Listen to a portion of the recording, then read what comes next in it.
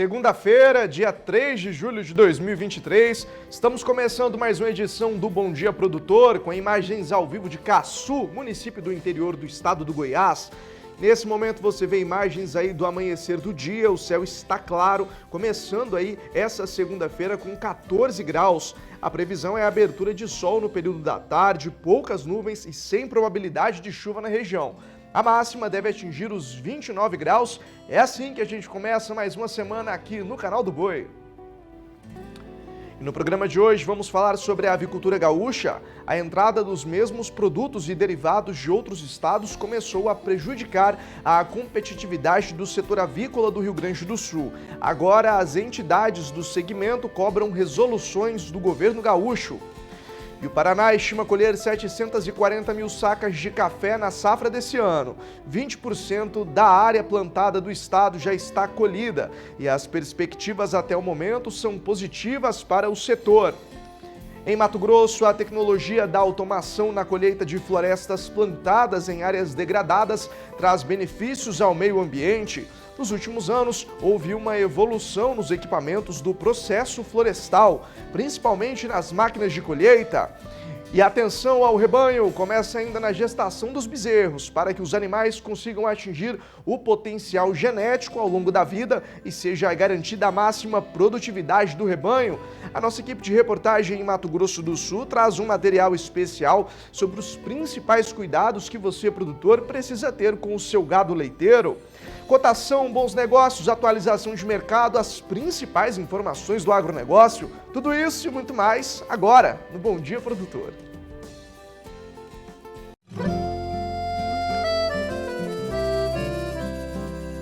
Acorda que o galo já cantou e o sol já vem fazer brotar mais um novo dia. Lenha no fogão, café pra esquentar e a bicharada no quintal. Bota pra molhar, tira leite no curral. Arreia o cavalo, tem gado pra campear.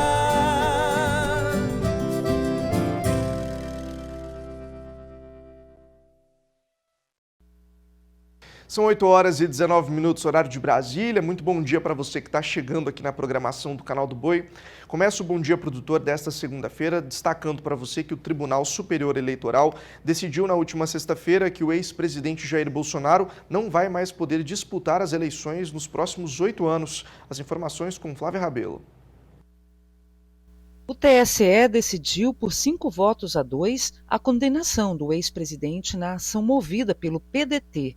Na ação que foi julgada durante toda a semana, o ex-presidente foi condenado por causa da reunião que fez em julho do ano passado com embaixadores. A reunião foi transmitida pela TV pública do governo. Dos 5 ministros que votaram pela condenação de Bolsonaro, 2 são integrantes do STF. Carmen Lúcia e o presidente do Tribunal Eleitoral, ministro Alexandre de Moraes. O ex-presidente já adiantou que vai recorrer da decisão no Supremo Tribunal Federal. De Brasília, Flávia Rabelo. Vamos agora para a cotação do boi gordo com a apuração da Scott Consultoria. Lembrando que são preços para uma boiada comum, à vista e livre de fundo rural, começando pelo sudeste do Brasil com os preços mínimos. Tem alta de R$ 5,00 no Espírito Santo, os números estão aqui na tela, @em R$ 195,00. Em Minas Gerais, na região do Triângulo Mineiro, Belo Horizonte, no sul e no norte do estado, vem a R$ 205,00. No Rio de Janeiro, também a R$ 205,00. Em Barretos e Araçatuba, interior de São Paulo, o valor da arroba à vista e livre de fundo rural é cotado a R$ 241,50. Caminhando, a gente segue para o sul do Brasil, dando um passeio pelo nosso país. Você vê aí na sua tela que houve alta de R$ 5,00 no noroeste do estado do Paraná, arroba cotada R$ 244,50. O oeste de Santa Catarina permanece intacto, arroba em 260, o oeste do Rio Grande do Sul, a R$ 8,85 o preço pago pelo quilo, e em Pelotas, também no Rio Grande do Sul, arroba em R$ 8,75 o preço pago pelo quilo.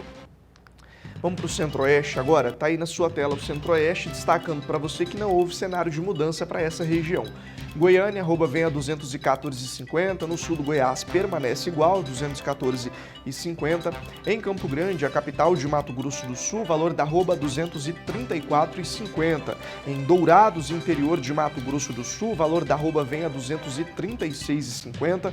E em Três Lagoas, Mato Grosso do Sul, R$ 239,50. Saltando da primeira tela do Centro-Oeste, vamos para a segunda, vou mostrar para você o Mato Grosso, tem alta de R$ 5,00 no sudeste do estado, a arroba fica cotada ao valor de R$ 210,00.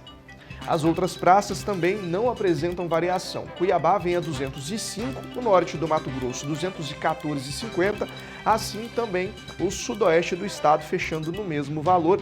Lembrando mais uma vez que são preços para uma boiada comum à vista e livres de fundo rural. Nordeste do Brasil, a partir de agora, tem alta de R$ 5,00 no oeste do Maranhão, arroba fechando em R$ 200,00. O sul da Bahia vem a 205, o oeste baiano a 210 e Alagoas a R$ 234,50. Para a gente terminar, é hora de dar um passeio pelo norte do Brasil. Nortão tá aí na tela para você. Acre vem a R$ 190,00, Redenção no Pará tem alta de R$ 2,00, fechando em R$ 190. Marabá, R$ 195, cenário que não muda. Paragominas tem alta de R$ 3,00, assim como o sudeste de Rondônia, ambos os estados fechando em R$ 200,00. O sul do Tocantins vem a R$ 197,00, também não há cenário de variação.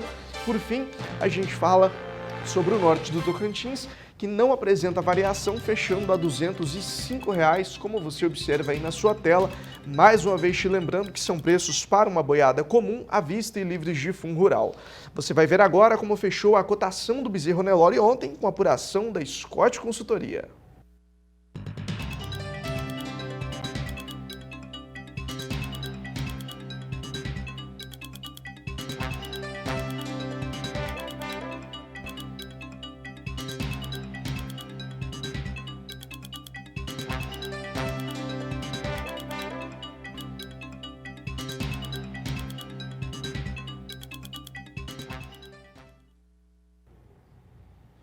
Em Goiás, o vazio sanitário da soja começou no dia 27 de junho e vai até o dia 24 de setembro.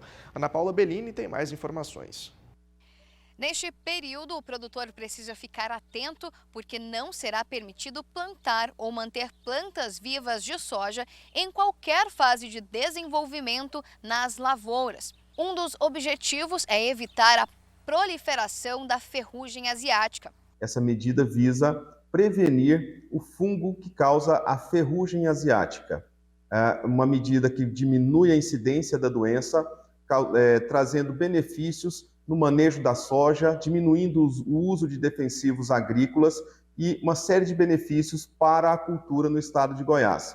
Os produtores rurais já fazem esse vazio sanitário e aqui nós reforçamos com eles para que observem esse período. Desde 2022, nós antecipamos em relação aos anos anteriores, a pedido da cadeia produtiva. Até 2021, o vazio sanitário da soja se iniciava em 1º de julho até 30 de setembro aqui em Goiás. O calendário foi alterado em 2022 a pedido da cadeia produtiva, o que foi aprovado pelo Ministério da Agricultura. Os produtores rurais e entidades do setor solicitaram a alteração da data da semeadura da soja no estado e que foi antecipado em 6 dias, com isso alterando também o calendário do vazio sanitário. De Goiânia, Ana Paula Bellini. O Paraná estima colher 740 mil sacas de café nessa safra 2023. 20% da área plantada no estado já está colhida e as perspectivas até o momento são bastante positivas. O estado do Paraná inicia a colheita do café safra 2023 e nós vamos conversar com Paulo Franzini, ele é secretário executivo da Câmara Setorial do Café aqui no Paraná. Paulo, satisfação conversar com você. O que o Paraná pode esperar dessa safra de café que inicia a colheita? O Paraná vai colher uma safra relativamente boa esse ano, em comparação com a safra do ano passado, que teve problemas de clima. Não só a seca, também como a geada no ano 2021. Porém, nós estamos iniciando a safra agora, nós estamos no mês de junho, cerca de 20% da produção foi colhida, e agora uma certa preocupação, com certeza, é com o clima também, porque um clima chuvoso na época de colheita atrapalha também a qualidade da produção. Esse ano nós estamos com o El Niño, que prevê chuvas mais volumosas. Isso, está se caracterizando aí o El Niño.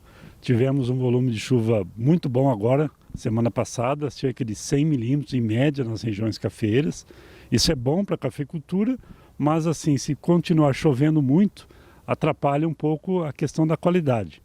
Um outro fator também é que a produção desse ano, além de ser um volume maior, ela tem um pouco de desuniformidade na maturação. Então o produtor já tem que ter um cuidado a mais para obter um produto de melhor qualidade, que esse é o foco do Paraná. Nós não temos mais uma grande produção, mas estamos voltados para a melhoria da qualidade da safra paranaense. E os preços? Estão remunerando o trabalho do produtor? O custo de produção ele varia muito de acordo com quando você usou o insumo.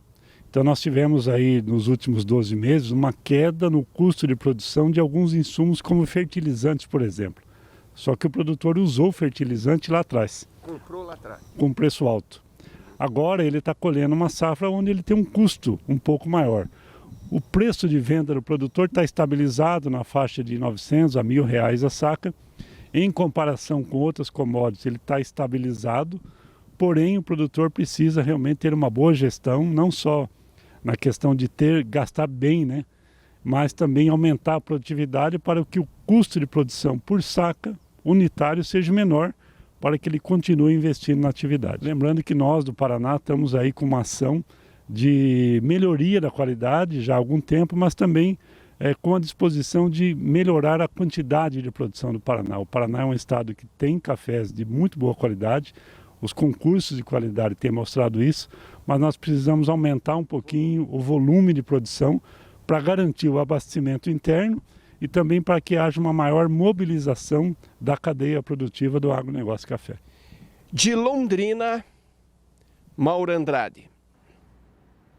E vem aí o leilão Nelore Wama, Wilson Martinelli, trazendo para você uma oferta especial que o Daniel de Paula foi conferir de perto junto com a equipe da Ricardo Nicolau Leilões, lá no Nortão do Mato Grosso, e tem um convite especial para você.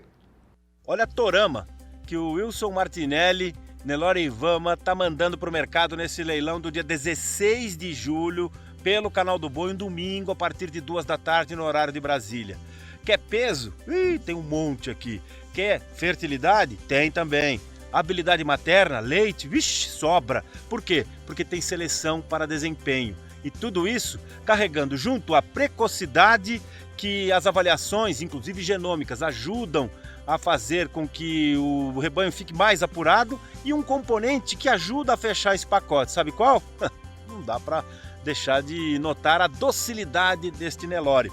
Isso tudo, cada touro desses vai passar para sua progenie, onde quer que eles venham a trabalhar, porque estão prontos para representar esta marca de mais de 30 anos de leilão com respeito ao mercado. Então você não pode deixar de acompanhar o leilão Nelore Wama que você tem à disposição com Wilson Martinelli, colocando o seu melhor da safra agora no leilão do dia 16 de julho. É um domingo, a partir de 2 da tarde, horário de Brasília, 1 da tarde, horário do Mato Grosso, a partir aqui de Nova Canaã do Norte, mas para todo o Brasil, porque esse Nelore cabe em todas as partes. Sabe como? Através do trabalho que a Ricardo Nicolau Leilões tem feito e vai levar até você na parceria com o Canal do Boi. Não perde não, um Nelore completo está à sua espera. 16 de julho, domingo, 2 da tarde, horário de Brasília. Canal do Boi, Ricardo Nicolau Leilões.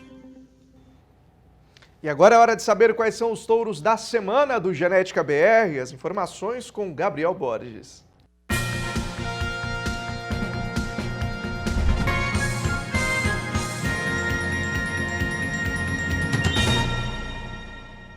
E a Ação Touros da Semana traz linhagem Golias. Vamos trazer o primeiro touro na tela, vamos falar de qualidade, vamos falar de marmoreio. Ele é filho do Grande Tijolo, é o lote 232, o Grande Esplêndido do Golias, o pai dele, 7,51 de marmoreio, o touro de carne mais macia da raça Nelore, e realmente está aqui numa condição de preço imperdível. Linhagem direta do Grande Tijolo, o Grande Esplêndido do Golias, que você está vendo aí. Na sequência, quero trazer aqui o Grande Afiado. O Afiado é filho da Tesoura. Tesoura, vaca 10 301 de marmoreio, vaca de 41,41 de EGS, 116 de área de olho de lombo. Olha a máquina que você está vendo, afiado do Golias, numa condição de preço também imperdível para você. Na sequência, vamos trazer um touro, que é o lote 83, que de reduzido só tem o nome. É Jamanta, olha só, filho do grande Jamanta, né? Touro que vem de sangue aberto aí para você, touro que foi muito utilizado, inclusive, esse touro que você está vendo na tela, para fazer a abertura de sangue na linhagem Golias. E na sequência, vamos trazer aqui mais um touro, só que agora de caractere mocho. Eu gosto muito desse reprodutor, porque ele é a síntese do bom trabalho, focado em marmoreio e em carcaça. Ele é simplesmente um filho do grande estanho. O estanho é gigante para marmoreio, as métricas de avaliação do pai dele são excepcionais, e ele vem na linha materna da grande Delta 3. A matriz mocha, linhagem do grande Lagedo AB, olha ela na tela aí, que fez toda a base de plantel do Nelore mocho, do Nelore do Golias. E para finalizar, vamos trazer o salão do Golias, já que a habilidade materna é o que a gente precisa dentro do rebanho. Vamos trazer aí um touro que vem, filho da gringa, da FSAT 914, vaca que enche um balde de 15 litros de leite. E aí eu estou falando de Nelore mesmo, Nelore com habilidade, está aí a super doadora, mãe do salão, a grande gringa do Golias, FSAT 914. E vamos lembrar da nossa regrinha aqui dos touros da semana: mínimo de 200 doses para compra e máximo de 100 doses por touro. Lembra que a ação Touro da Semana termina sempre no domingo. Não perde não.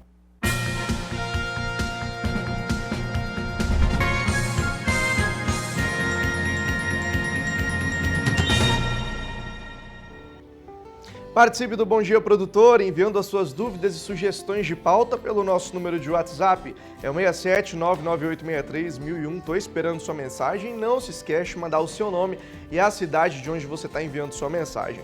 Vou para o intervalo comercial. Daqui a pouco estou de volta trazendo a análise de agronegócio e também a previsão do tempo. Não perca. Até já.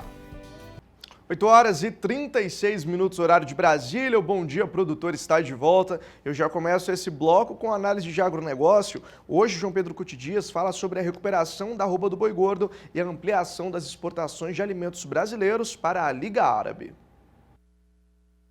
Essa semana, algumas notícias boas aconteceram. Primeiro, a questão das 70 mil toneladas de carne que estavam lá nos portos chineses ou esperando uma definição para poder ser internalizado. Saiu, é lógico, são carnes que foram preparadas antes de um caso de animal que foi atacado pela doença encefalopatia espongiforme. Então, só esse nosso acordo com a China é complicado, porque um animal lá no Pará, que não contagiou ninguém, trancou. Bom, liberou. Isso aí são 350 milhões de dólares, um pouco mais de 350 milhões de dólares. Esses recursos foram tão bons para o frigorífico que dois dos maiores frigoríficos brasileiros tiveram uma alta significativa das suas ações na bolsa de valores. Agora, o crescimento, a recuperação do preço da arroba do boi continua muito lenta. O argumento é de sempre: o mercado interno não está comprando. É meio relativo isso, porque você não se escuta falar que tem estoques muito grandes de carne. O que está produzindo, o mercado está absorvendo, e a exportação está indo muito bem, obrigado. Esse mês de junho deve ser o mês de recorde de exportação de carne bovina. Mas o preço caiu, e o preço em dólar, o câmbio veio para abaixo de 5. Bom, sempre vai ter uma desculpa para tentar segurar os preços da arroba do boi abaixo, às vezes, do custo de produção. Mato Grosso, hoje R$209, R$210, com certeza, mesmo com milho lá embaixo, com milho abaixo de R$35, mesmo com farelo de soja ou DDG caindo o preço, ainda fica muito apertado. Porém, os números do censo falam que vai se permanecer os 7 milhões de cabeças a serem confinadas no Brasil em 2023. Talvez seja os confinadores estão vendo relação de troca boi gordo, bezerro, alguma coisa assim, porque na operação comercial pura e simples, botar 4, 5, 6 arroba em cima do boi, essa arroba vai custar mais que 210 no Mato Grosso. Então, o mercado está andando. Outra notícia boa que surgiu agora foi que o número de pessoas no mundo que tem a sua alimentação baseada no processo halal, aquele processo que a religião muçulmana fala que é o indicado em termos de respeito ao animal, bem-estar, etc., 2 bilhões de pessoas têm um poder de compra bom, porque muitos desses países têm a questão energética, petróleo e gás natural como sua fonte principal de receita. E isso, o preço do petróleo não está melhor, mas está bem para esses países, com certeza, deixa um bom saldo comercial no seu balanço de pagamento, consequentemente tem condições de fazer importação de alimentos para atender a demanda dos seus habitantes. E o Brasil é o grande fornecedor de alimentos para os países de religião muçulmana. Nós temos frigoríficos tanto de aves como de bovinos habilitados para exportar. A nossa produção agrícola também, nós temos um espaço muito grande. Alguns países como o Irã, Egito, são grandes compradores nossos de grãos. Enfim, o Brasil é um país que tem todas as condições para ser o grande fornecedor de alimentos do mundo. Nós temos terra, temos gente, temos água, temos clima. As 4 coisas são fundamentais. Basta melhorar a infraestrutura, basta o governo que respeita as regras, mas são detalhes aí que muitas vezes são deixados de lado.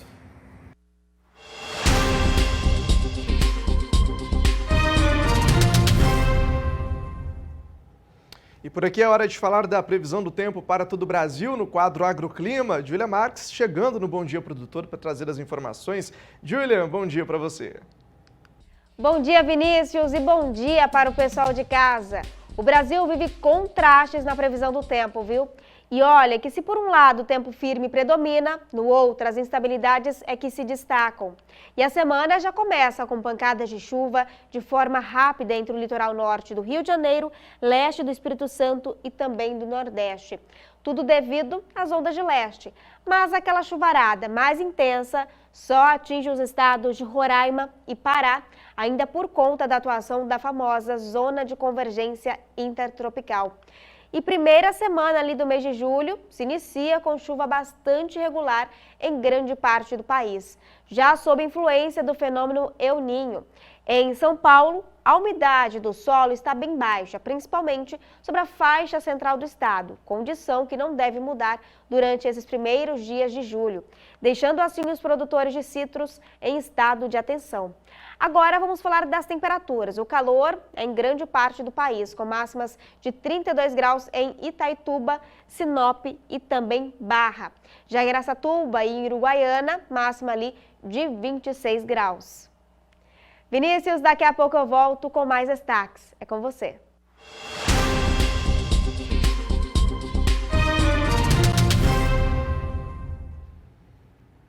A atenção ao rebanho começa ainda na gestação dos bezerros, para que os animais consigam atingir todo o seu potencial genético ao longo da vida e também seja garantida a máxima produtividade. As informações com Kylie Rodrigues. O gado leiteiro precisa ser muito bem tratado. O sistema nervoso da vaca tem receptores responsáveis pela quantidade de leite que vai liberar. Se ela se estressa, por exemplo, com gritos ou toques bruscos, vai liberar menos leite. Para que o gado leiteiro alcance 100% do seu potencial genético e tenha a máxima produtividade possível, é recomendável que os pecuaristas e técnicos adotem uma série de cuidados especiais, iniciados ainda durante a gestação do bezerro. Quando a gente consegue incrementar um protocolo sanitário nos primeiros dias de vida do animal, a gente está falando em prevenção de doenças essas que poderiam se espalhar por todo o rebanho. Então é importantíssimo que a gente tenha definido um protocolo sanitário, pensando em aplicação das vacinas obrigatórias e de alguns outros imunizantes, pensando em saúde do rebanho e em produtividade da fazenda. Outro ponto importante é a cura do umbigo dos animais. O procedimento evita que o canal umbilical fique exposto. O curativo deve ser realizado de 3 a 4 dias seguidos. O período neonatal, fase de extrema importância na vida dos bezerros, aquele que vai até os 28 dias de idade, requer atenção redobrada. Após o nascimento, os bezerros estão expostos à vida extrauterina, necessitando de adaptar a inúmeras mudanças fisiológicas, como a regulação da temperatura corporal. Se tratando de bezerra, a atenção precisa ser redobrada. Afinal, uma bezerra bem cuidada significa, no futuro, uma vaca. Pensando nas filhas das vacas leiteiras, nas bezerras neonatas, nós precisamos de alguns cuidados essenciais, como é o caso da colostragem. A colostragem, nós precisamos que ela seja realizada nas primeiras horas de vida deste animal, porque toda a imunidade inata de mãe para a filha é transferida através da colostragem. Quanto mais cedo essa bezerra ingere o colostro, mais cedo o organismo dela consegue reconhecer os anticorpos. Nós já falamos bastante de saúde, nós já falamos de prevenção por manejo, por vacinas, e a gente precisa também atentar em alguns outros fatores, que seriam o bem-estar animal, uma boa estadia para esses animais na fazenda, um fornecimento de uma dieta balanceada. Tudo isso são fatores que juntos a gente consegue fazer com que esse animal atinja todo o seu potencial genético e produza bastante. Seguindo as orientações básicas, é possível ter produtividade eficiente com os animais da fazenda. De Campo Grande, Kaile Rodrigues. Tanto consultorias como bancos estão esperando o aumento do consumo de fertilizantes no Brasil para este ano. É que os preços dos fertilizantes recuaram recentemente até 40%. E do outro lado, os produtores já usaram o que estava no solo. Mas com a queda nos preços de alguns produtos agrícolas, nem todo produtor consegue se beneficiar na relação de troca. Os agentes de mercado esperam mesmo um aumento da entrega de fertilizantes aos produtores brasileiros este ano.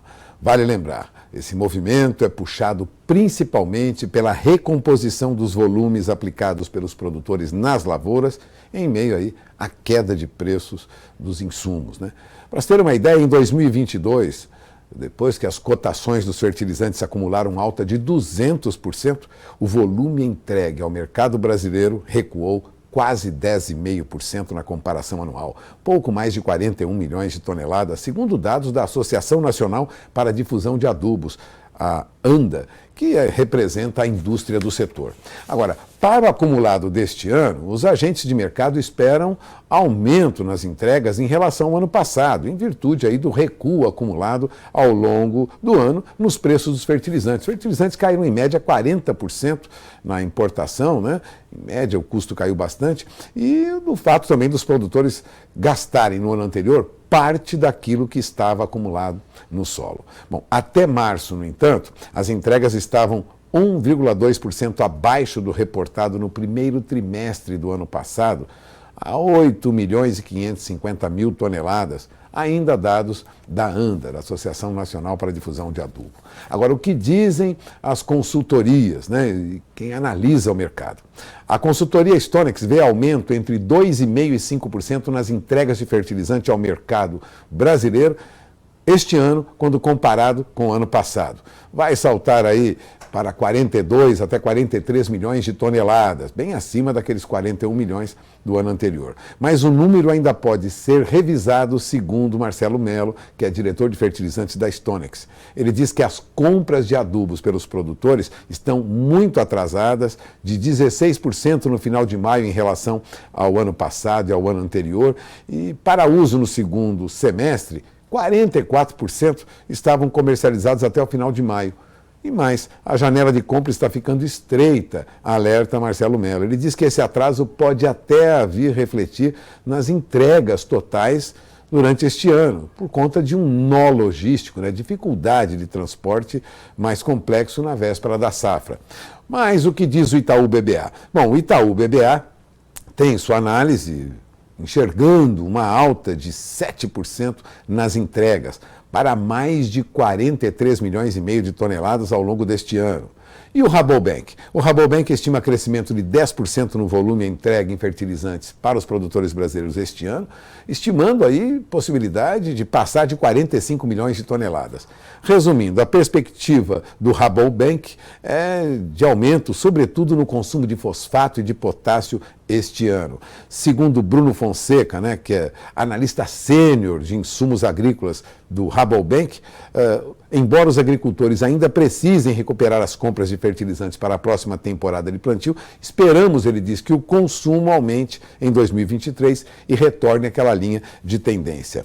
Bom, além do preço mais baixo dos fertilizantes, um fator que deve estimular as compras e a recomposição aí, dos volumes aplicados nas lavouras pelos produtores é a relação de troca, que é a quantidade de commodity necessária para a aquisição de 1 tonelada de adubo. Ela melhorou para algumas culturas, mas fica mais difícil para outras. Para quem trabalha com milho, a situação é bem desfavorável.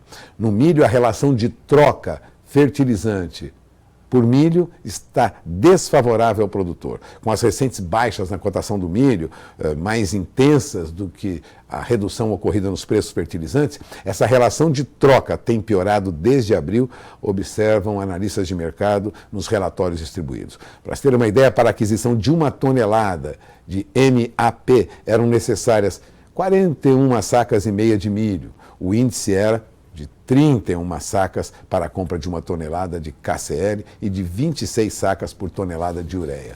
Bom, situação é bem desfavorável porque os preços do milho caíram muito mais do que caíram os preços de fertilizantes. De olho na informação, Walter Puga Júnior, de São Paulo. E chegamos à terceira parte dos grandes criatórios na Nelore CV, com produção e reportagem de Rosa Cabral. Vamos dar sequência aos conteúdos gravados nas fazendas Santa Gina e Campina, em Presidente Epitácio, no estado de São Paulo. Os detalhes da programação, que começa no dia 19 de julho e vai até o dia 31 pelo Canal do Boi, com oferta de 900 animais. Vamos a um mix de assuntos do melhoramento genético do rebanho.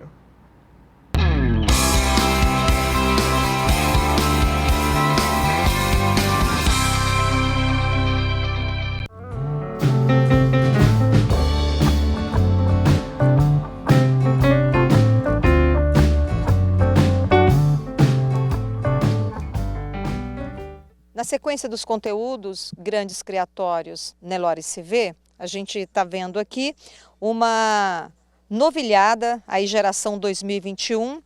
O Juliano comenta com a gente, né, qual é a eficiência, né, dessa genética para você, criador aí desse Brasilzão que está aguardando o leilão e o de olho na fazenda. É isso. Essas novilhas são 200 novilhas que serão apresentadas agora no próximo evento, no De Olho na Fazenda e leilão, no dia 30 e 31 de julho. O De Olho começa dia 19 de julho. E é uma amostragem das nossas novilhas precoces que estarão disponíveis no mercado, com genética de 37 anos de seleção, criadas e recriadas a pasto, né, seleção totalmente a pasto. Agora, nesse 60 dias antes do evento, a gente dá uma suplementada para elas ficarem um pouco melhor apresentadas para o evento. E importante para expressar esse potencial genético que esses animais venham tendo de seleção de 37 anos, é uma boa nutrição. Mas uma boa nutrição via volumoso, via pasto, né? Muito mais saudável para a pecuária, né? E o nosso sistema de integração, que há 11 anos a gente vem implantando um sistema de integração na fazenda, nos proporcionou uma qualidade de forragem muito melhor, muito mais saudável, né? Com uma nutrição muito melhorada.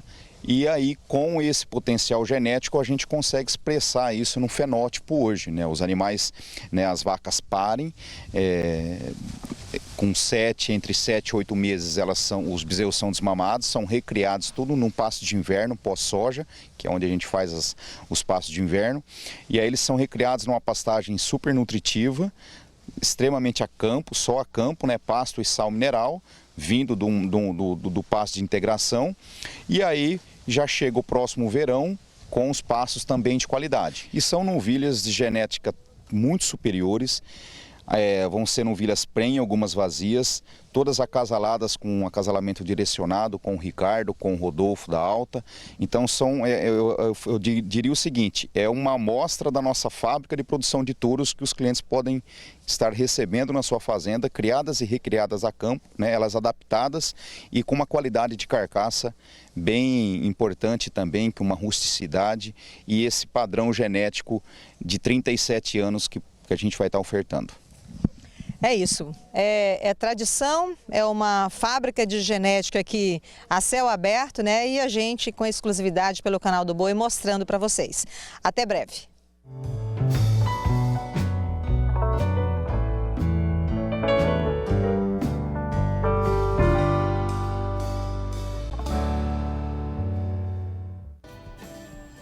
Por aqui é hora de mais um intervalo comercial e eu quero lembrar que você acompanha a nossa programação ao vivo pelo Facebook do Canal do Boi e no portal sba1.com. Estamos ainda ao vivo pela NET, Claro TV e também na Sky para você ficar por dentro da nossa programação.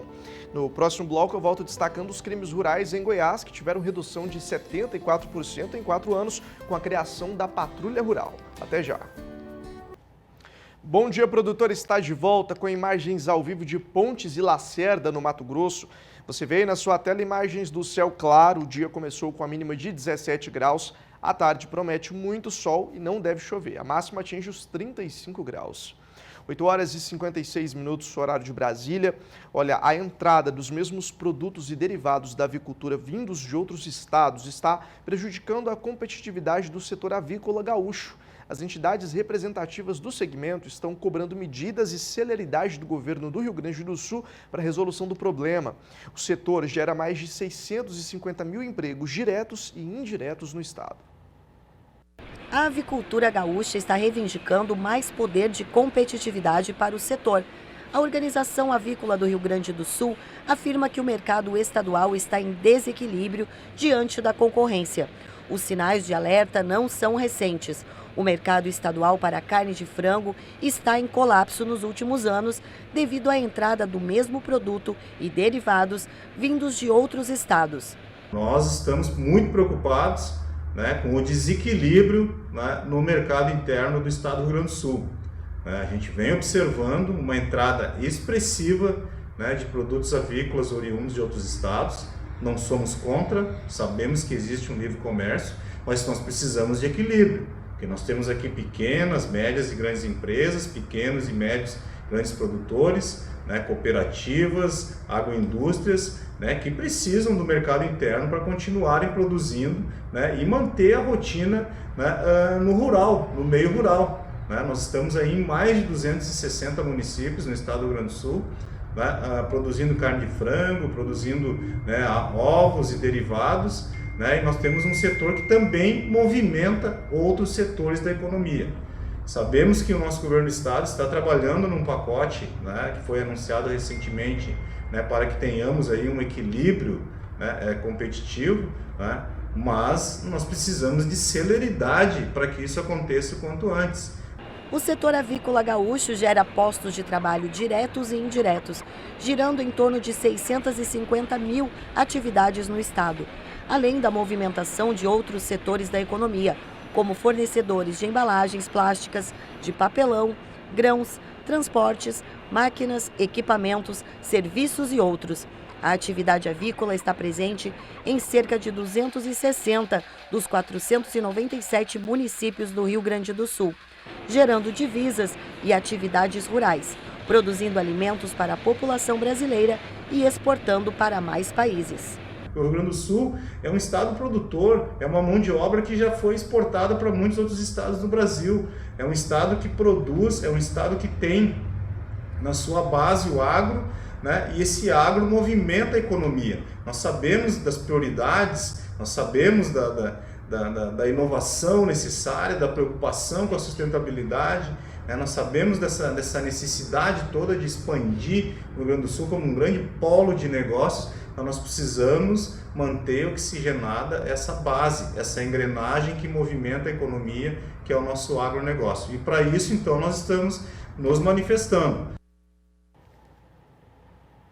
Em Mato Grosso, a tecnologia da automação na colheita de florestas plantadas em áreas degradadas traz benefícios ao meio ambiente. O desenvolvimento de tecnologias e inovações para o setor de base florestal são essenciais para a colheita de madeira plantada, visando a preservação do meio ambiente. Com o crescimento da mecanização respeitando as exigências da baixa emissão de poluentes e destinação adequada de resíduos, o setor tem trilhado um caminho na formação de um futuro sustentável. A sustentabilidade está no cerne das soluções florestais. Nos últimos anos, houve uma evolução nos equipamentos no processo florestal, principalmente nas máquinas de colheita, que foi uma das primeiras atividades a evoluir de maneira acentuada. Máquinas de altíssima tecnologia em automação trouxeram grandes benefícios para o meio operacional. As florestas plantadas são áreas de reflorestamento através do plantio, produção, manejo e colheita de culturas que atendam a um plano sustentável. Essa prática é importante atualmente porque recupera espaços degradados, reduzindo assim os impactos ambientais. O cultivo de espécies florestais para obtenção de produtos madeireiros e não madeireiros já vem se constituindo em excelente aliado da agricultura e da pecuária mato-grossense. Ao utilizar áreas de pastagens degradadas e ao participar de sistemas silvipastoris, as florestas plantadas trazem benefícios, tornando os sistemas de produção de carne e leite exemplares do ponto de vista da produção animal, para maior equilíbrio do balanço de gases de efeito estufa e maior bem-estar animal. Assim, integrado à agricultura, as plantações florestais trazem benefícios para torná-la mais biocomplexa do ponto de vista ambiental, além de incorporar benefícios relativos à sua contribuição para a mitigação das mudanças climáticas. De Sinop, no norte de Mato Grosso, Valdir Pacheco. E em Goiás, os crimes rurais tiveram redução de 74% em 4 anos de criação da Patrulha Rural. Segundo o governo, o batalhão já recuperou mais de 30 milhões de reais em animais e defensivos agrícolas que foram furtados. Em maio, o batalhão rural prendeu uma quadrilha especializada em furtos de gado. A polícia chegou até os criminosos depois que animais foram furtados de uma propriedade rural em Bela Vista de Goiás. A PM descobriu que a quadrilha removia os brincos de identificação e usava notas fiscais falsas. O Batalhão Rural de Goiás foi criado há 4 anos. Além do furto de semoventes, o grupo também atua em crimes de roubos a defensivos agrícolas, maquinários e até de transformadores de energia. A unidade criou uma metodologia própria para atendimento das solicitações de crimes rurais, no sentido de que se aperfeiçoou.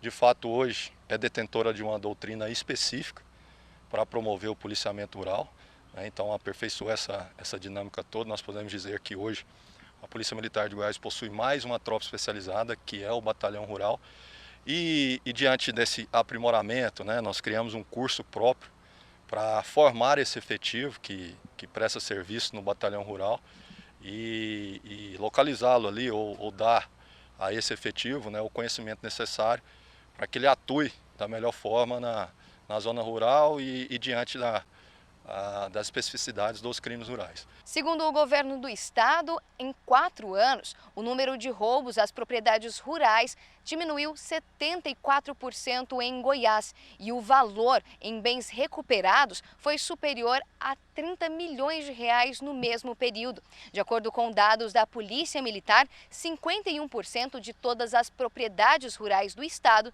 estão cadastradas na Patrulha Rural. No Centro de Comandos de Operações são armazenados dados e georreferenciamento das propriedades rurais cadastradas em todo o estado. A base armazena informações como funcionários, maquinários agrícolas e animais de cada unidade. Isso nos dá, né, uma ferramenta de inteligência para que nós aprimoremos ali a nossa atividade fim, que é promover o policiamento rural, seja ele ostensivo ou repressivo. Além disso, nós temos outro pilar do batalhão, que é a própria capacidade operativa da Polícia Militar. Como eu disse, nós desenvolvemos um curso próprio para que o policial se capacitasse, né, e estivesse apto a servir na unidade. E isso tem sido aprimorado, de forma que hoje nós temos a doutrina própria de policiamento rural e bem como aparelhamos toda a nossa tropa com armamento condizente para o combate desses crimes rurais. O produtor rural que quiser solicitar o serviço da Patrulha Rural pode entrar em contato com a Polícia Militar aqui do estado de Goiás por meio do telefone 190. De Goiânia, Ana Paula Bellini. E é hora de falar de bons negócios, tem Canchim no Leilão Sul Agronegócios outra vez. Na quarta-feira, dia 5 de julho, a partir das 8 horas da noite, o Canal do Boi mostra a 8ª edição do leilão Canchim Calabilu, com oferta de 40 touros e 30 fêmeas do criatório, que é pentacampeão nacional na raça. Só tem coisa boa, viu? Os detalhes com Daniel de Paula.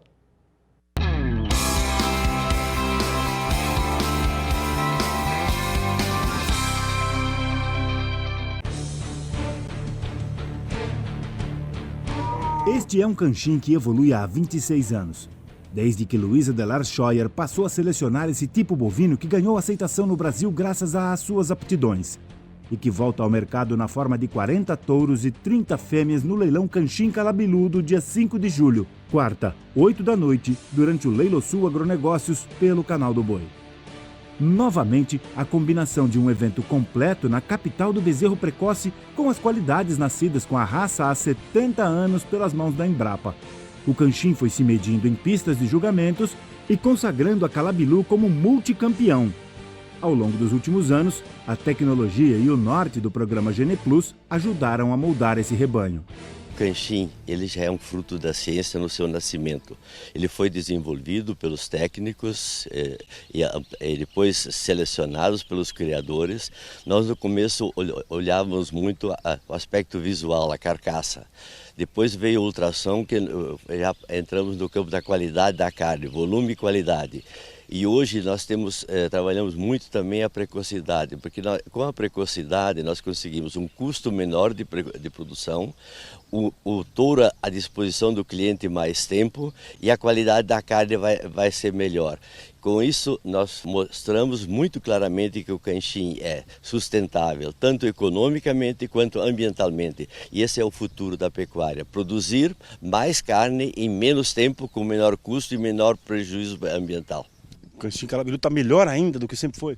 Esse é o nosso objetivo, senão a gente estaria falhando. Cada ano a gente tem que se superar, porque é o melhoramento genético, então cada ano tem que vir uma tourada melhor ainda. Calabilu está muito feliz com mais essa safra de touros.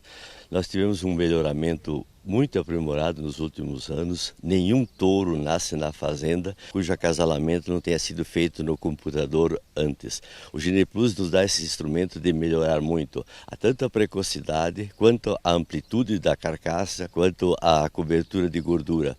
E com esses fatores, nós ano a ano temos melhorado, ficamos muito felizes de poder atender aos nossos clientes, e clientes de muitos anos já.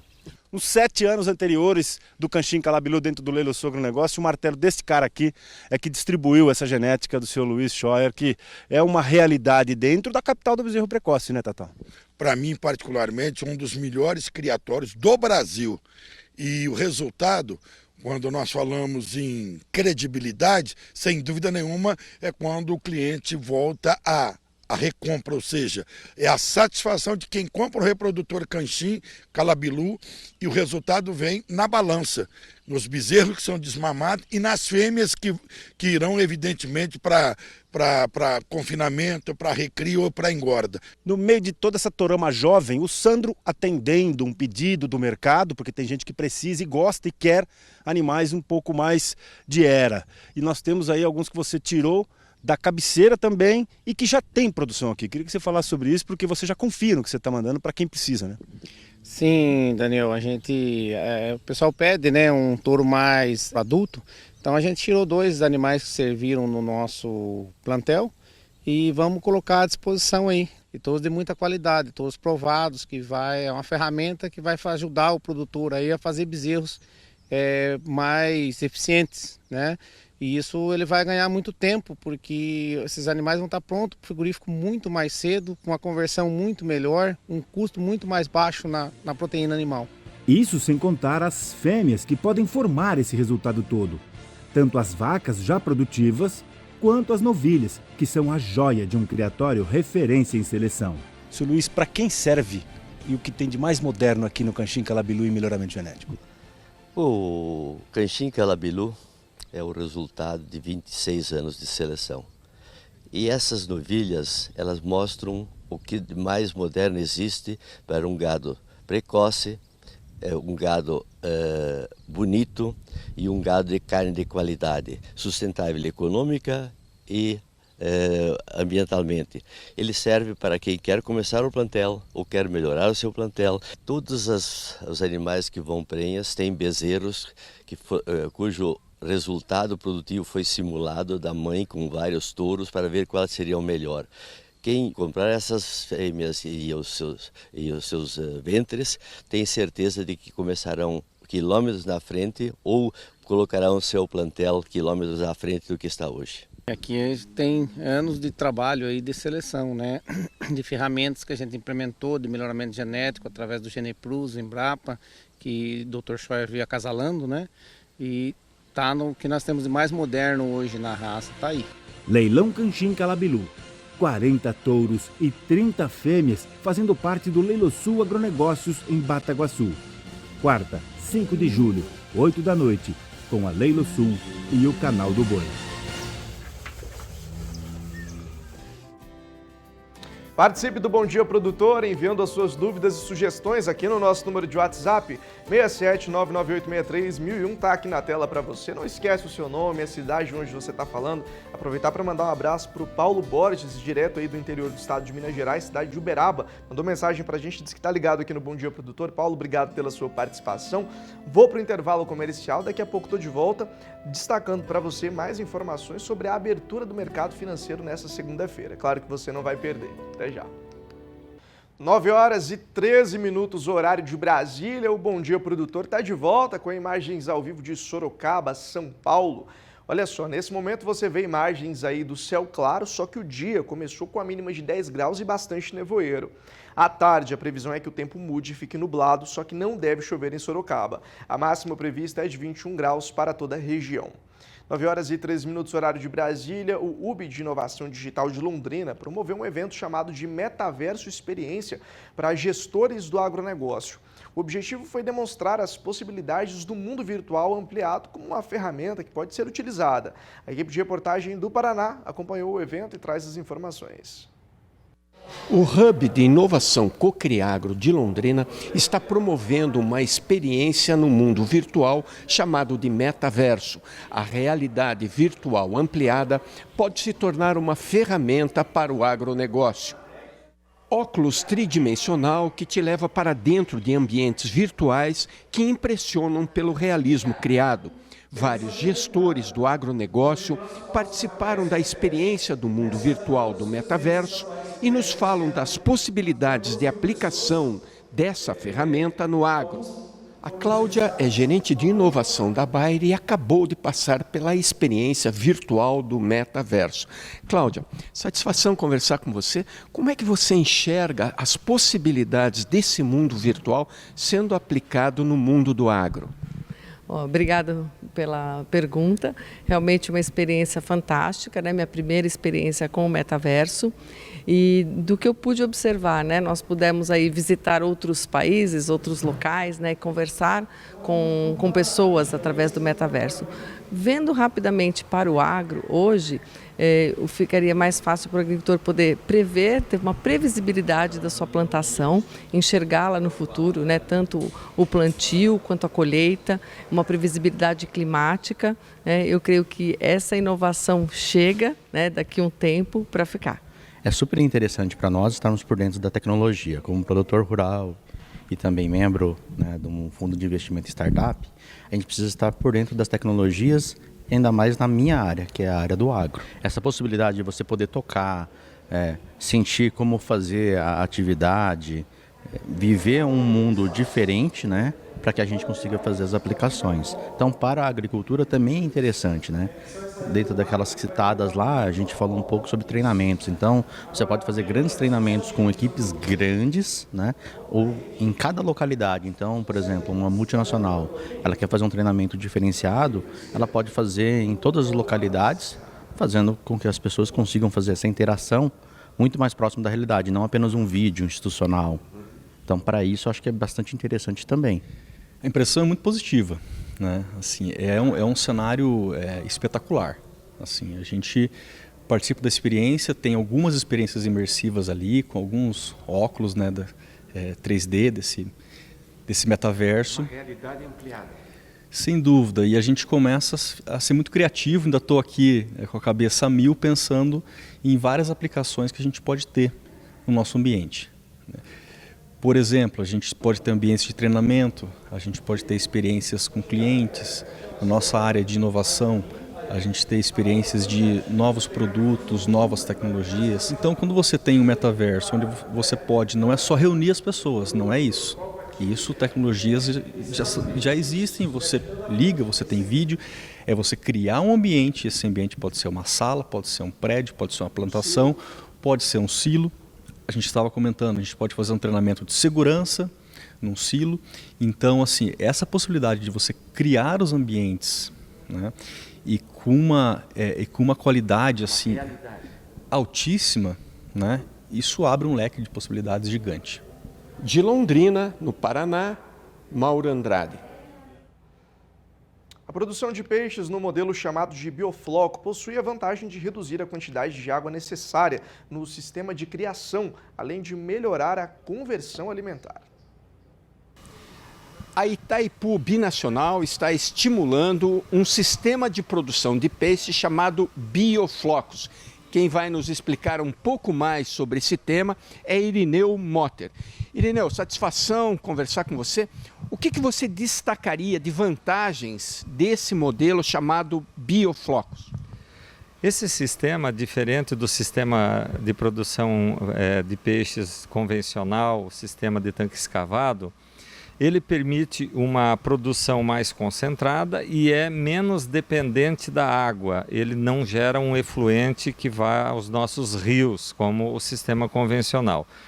Ele é altamente dependente de energia, porque requer uma aeração contínua, mas permite a produção sustentável do ponto de vista ambiental. Aqui vocês já estão produzindo ou é uma unidade de pesquisa e de testes? A gente iniciou essa unidade até para suprir uma necessidade inicial. A gente precisava alevinos de pacu para atender o programa lá, o projeto de tanques redes, e a gente tinha dificuldade de buscar esses alevinos no tamanho adequado para o cultivo em tanque rede, e a gente começou a investir nessa modalidade. Então nós iniciamos com pós-larvas, produzindo os alevinos e levando com muito sucesso a engorda nos tanques redes. E isso nos motivou aí a pesquisar mais outras espécies, como a tilápia, e agora tem até um experimento aqui com a curimba. É um sistema bastante interessante por termos baixa dependência de água. Aqui a gente consome em torno de 500 litros de água para produzir 1 quilo de peixe. E num sistema convencional, a gente tem as informações de serem necessários até 20 mil litros de água para produzir 1 quilo de peixe. Muito mais. É muito mais e gera o efluente lá. Aqui a gente tem um controle absoluto do pouco efluente que sai, a gente tem a destinação adequada, mas aqui é mais reposição de água, é a reposição. E com relação à nutrição, a alimentação dos peixes, dos alevinos ou mesmo dos peixes maiores, qual a diferença desse sistema de produção para o sistema de produção convencional? Nesse sistema há um aproveitamento das excretas dos peixes e da sobra de ração pelos organismos vivos que estão em equilíbrio nesse sistema, bactérias, fungos, que se fazem valer desses resíduos e que, por si, voltam na cadeia alimentar do próprio peixe. É um sistema fechado, exatamente. Então, a gente perde muito pouco das sobras nesse sistema. Ele se torna bastante eficiente, principalmente para peixes que são, como o caso da curimba, que é a heliófaga, no sistema alimentar dela, ela aproveita melhor do que até outras espécies. Mas a tilápia se desenvolve muito bem, temos experimentos com resultados bastante positivos do próprio pacu, principalmente na fase inicial, até a formação do alevino, que é uma etapa bastante importante da cadeia produtiva para todas essas espécies. Aqui nós estamos no sistema controlado, então nós não temos predador, a gente tem um controle total dos vetores de temperatura E a gente tem também o controle, principalmente sanitário, né? Que nós, não tendo a entrada de água de fontes que você não tem controle, aqui a gente tem controle total, porque num sistema grande de piscicultura convencional, o ingresso da água normalmente vem de um rio, vem de fontes que a gente não tem o controle total da origem, né? Ok, Irineu, obrigado pelas informações. Eu é que agradeço pela oportunidade, desejo que essa tecnologia que estamos desenvolvendo juntamente com as universidades e com a Embrapa, que elas possa servir para contínuo crescimento da cadeia produtiva aqui no oeste do Paraná. Ok, mais uma vez obrigado. Então, olha, Itaipu fazendo aí o seu desenvolvimento de tecnologias e de pesquisa para levar a melhor opção para os produtores de piscicultura. De Foz do Iguaçu, aqui na Itaipu Binacional, Mauro Andrade. O Banco do Brasil vai ofertar 240 bilhões de reais em crédito rural no Plano Safra 23-24, um volume de recursos 27% maior do que o que foi ofertado no ano passado. As informações a partir de agora ao vivo com Walter Puga Júnior. Puga, bom dia para você. Bom dia a você, bom dia a todos. Bom, o anúncio do Banco do Brasil foi feito na sexta-feira, né? O produtor deve, no caso de pedir, solicitar financiamento para o Banco do Brasil, deve levar em conta que a oferta aumentou muito, aumentou 27%. O Banco do Brasil, que é líder no financiamento do agronegócio no país, né, vai destinar 240 bilhões de reais em recursos para o financiamento agora da safra 2023-2024, que começou sábado, né? Esse montante, 27% superior ao que foi proposto na temporada passada, que terminou na última sexta-feira, promete ser muito maior do que anterior. Porque no período passado, a instituição financiou apenas 188 bilhões e mais de 590 mil operações realizadas pelo Banco do Brasil em todo o país, junto ao agronegócio. Mais da metade dessas operações do Banco do Brasil, vale lembrar, cerca de 53%, foram contratadas por agricultores familiares. Agora, o incremento para 2023 e 2024 é de 20% em relação ao montante anunciado na temporada passada. Por quê? Porque o anúncio na temporada passada foi de 200 bilhões, mas emprestar 188 bilhões. Em julho do ano passado, a previsão era mesmo aplicar esses 200 na temporada, mas o resultado não chegou lá. No atual Plano Safra 23-24, o Banco do Brasil vai destinar, veja, 48 bilhões para o financiamento de pequenos e médios produtores. Já a agricultura empresarial terá mais, terá 139 bilhões. As linhas de custeio do Banco do Brasil terão 121 bilhões de reais, então o custeio tem um volume bem grande. Para as operações de investimento, o banco espera aplicar cerca de 42 bilhões de reais. Agora veja, outros 24 bilhões de reais serão direcionados para operações de comercialização e industrialização no campo.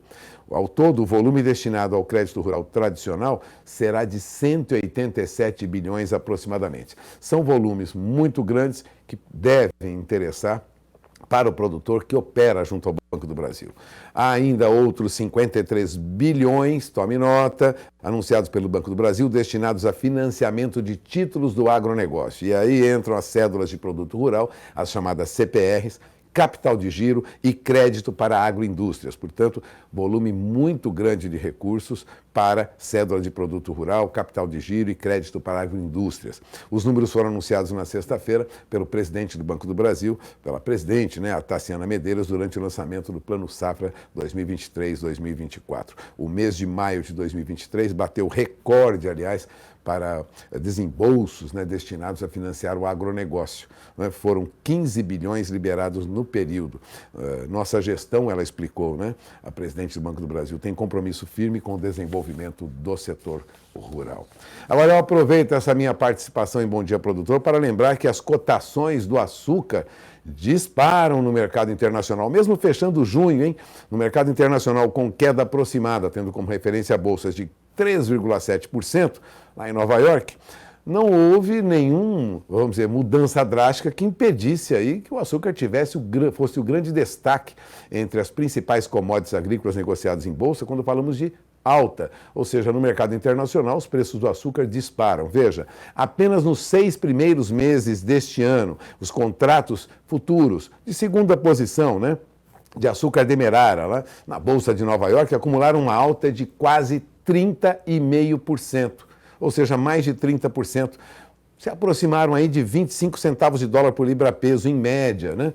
Agora, a safra brasileira segue com bom andamento, né? Na semana passada, a União da Indústria de Cana-de-Açúcar e Bioenergia, a única, né, informou que a produção de açúcar no Brasil, né, desde o início do ciclo 23-24, começou agora em abril, já cresceu 32%. Veja, a produção já cresceu 32% em relação ao mesmo período da temporada anterior, para 9 milhões e meio de toneladas, né?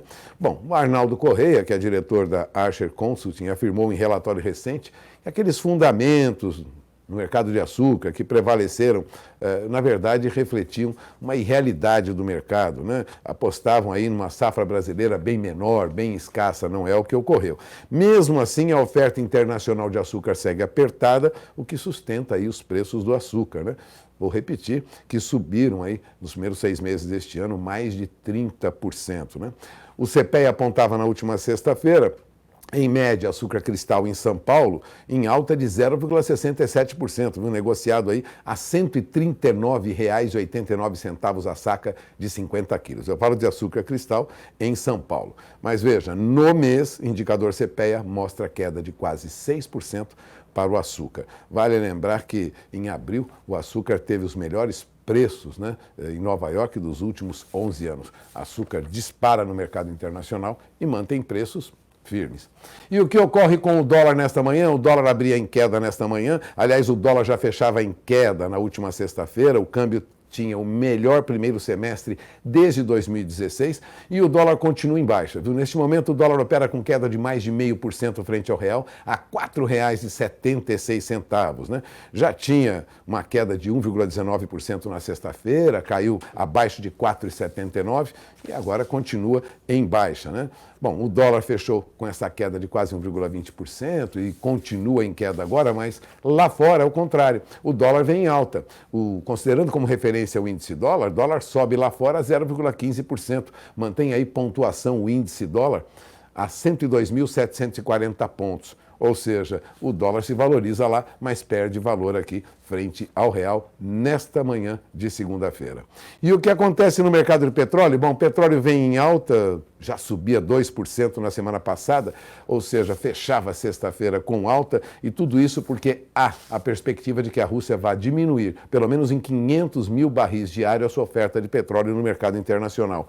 Vai reduzir as exportações, isso tudo já movimenta o mercado. Petróleo, agora há pouco, tinha alta no mercado, petróleo tipo Brent operava acima de $76 o barril e o petróleo WTI acima de $71,40 o barril. O petróleo já sobe lá fora diante de uma oferta menor, tanto da Arábia Saudita como agora da Rússia. É com você, Vinícius. Valeu, Pulga, obrigado pela sua participação. A você de casa, muito obrigado pela sua audiência. Daqui a pouco o Bom Dia Produtor está disponível no nosso canal do YouTube. Excelente segunda-feira para você, uma boa semana, até amanhã. Tchau, tchau.